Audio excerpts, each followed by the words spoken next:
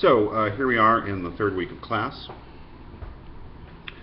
and frankly here we begin doing what we'll be doing for the rest of the quarter, and that is looking at and analyzing and writing about, talking about specific cases from the Board of Ethical Review of the National Society of Professional Engineers, the NSPE. I've taken the advice of the first week's reading and really exclusively, after the first 2 weeks, focused on actual case studies. I always use case studies anyway, but kind of, gone crazy with it, I guess, in a way, in the sense that usually I add a number of articles, long articles dealing with issues in engineering ethics, which are quite valuable articles, and along the same lines of the things that you read during the first 2 weeks. But it's a 10-week class, which is what Drexel does, right? It's a quarter. So I've decided to dispense with some of those longer readings for the sake of just doing more thorough and sustained analysis of specific cases. Board of Ethical Review is a bunch of people, engineers, who look at real and hypothetical and semi-hypothetical and semi-fictional and semi-real incidences involving engineers that raise certain ethical issues. I qualify that because this is purely for teaching purposes. They make no attempt to, everything's fictionalized or everything's anonymized, engineer A, engineer B, client X, things like that. They make no attempt to give all the facts of the case.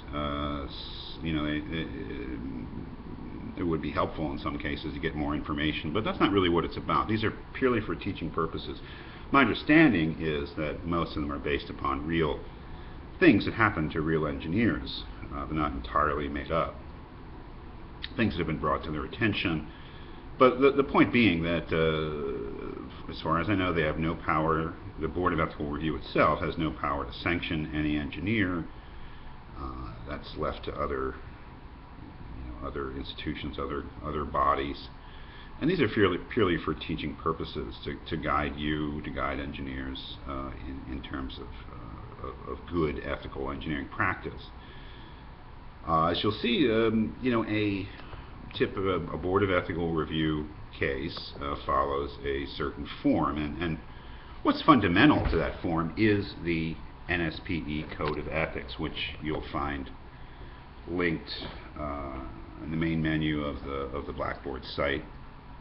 We won't do any specific week where we concentrate on just looking at the Code of Ethics as a whole. We'll sort of become familiar with it through these decisions and discussions, all of which are guided by that code.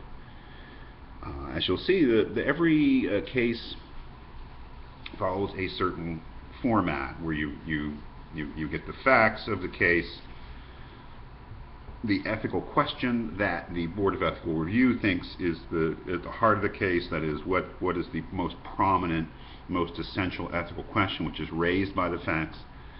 You'll then get references to specific parts of the NSPE Code of Ethics, that is, what sections of the code are relevant to this case, which is actually quite important, to see and to do and to think about, because it's the idea. This Code of Ethics is there to guide the practice of engineers, and here you see that in practice, that is, given a certain situation, a certain set of facts, what are the parts of the code that are most helpful, most relevant, and I suppose therefore most helpful in helping to evaluate the ethics of the case. So it's important to look at those things, because that's sort of why the code exists. The code exists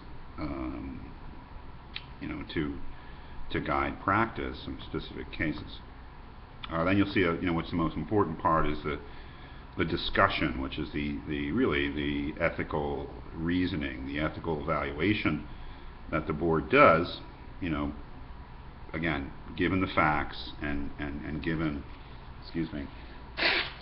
the sections of the code that are supposed to be in play. And then finally, a decision or a conclusion about the ethics of the case is usually just simply whether the engineer acted ethically or not. So you'll become very familiar with that format in the coming weeks. It is a rational. It's interesting, just in general, to read these decisions, because they're really like decisions in law. They're like a judge's decision, and they all have to do with engineering ethics, obviously. But it's a good example. You don't have, first of all, you don't have to agree with any of these decisions. You know, I don't agree with all of these decisions. But they're fine examples of practical reasoning, of ethical reasoning, and they show us something important, and that is that ethical decisions are not just gut decisions, right? They're not. They're not like, how do I feel? When an important ethical issue comes up, you have to reason about it. You have to think about it. You know, and you know, if you have a gut decision about what's right and wrong, that's great, but you have to be able to defend it. You have to be able to show others why your conclusion is plausible, and that you do that through argumentation and reason. It's a great lesson, I think, in terms of not just engineering ethics, but ethics in general.